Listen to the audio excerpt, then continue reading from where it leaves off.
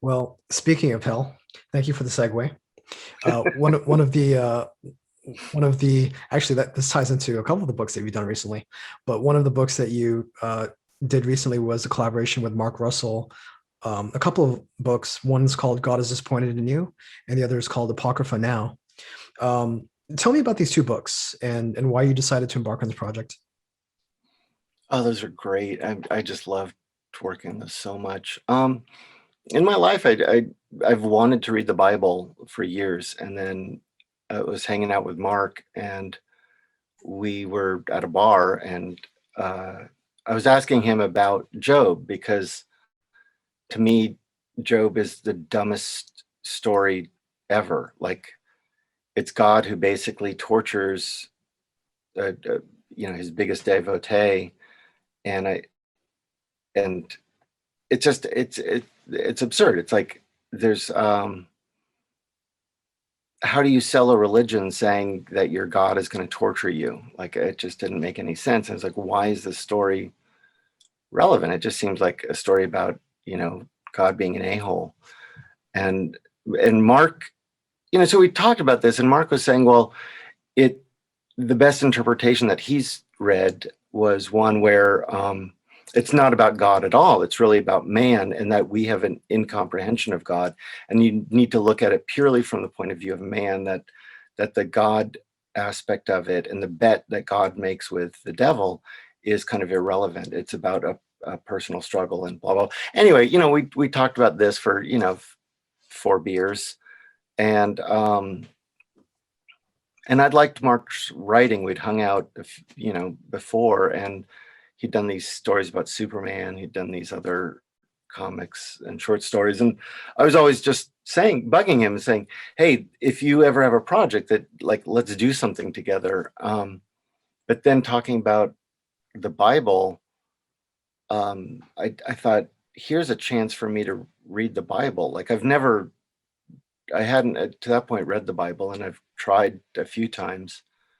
But I thought we could do the whole Bible, and it would be really interesting if Mark would write it up in short little chapters for each book. Then I could have a working understanding of this piece of literature. And he grew up Pentecostal, so he thought that rewriting the Bible in short bits would be easy. And so he said, sure. Of course, he was drunk like me, but then we started it, and we thought, like, yeah, this will be, I'll do these cartoons, and he'll rewrite the Bible in just short bits.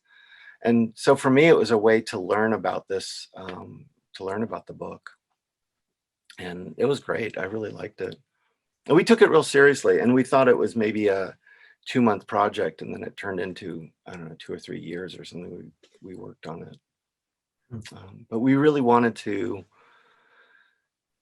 do justice to this piece of writing that's and we wanted it to be understandable, and I wanted to understand, like, okay, what is Hosea really about? And I want to understand what Hosea is, or Leviticus, or all these different books, because I think it's had a cultural, it's defined our culture in many ways, and I think it's important to understand these things.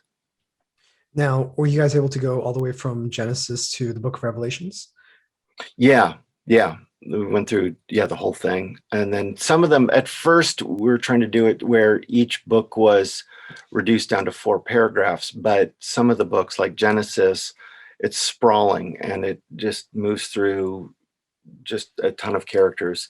And then other books like Hosea is real short. And so then we kind of gave up some of the structural stuff and just started to feel like, okay, what does this need? And then but still trying to keep the whole thing so it clocks in at a digestible meal.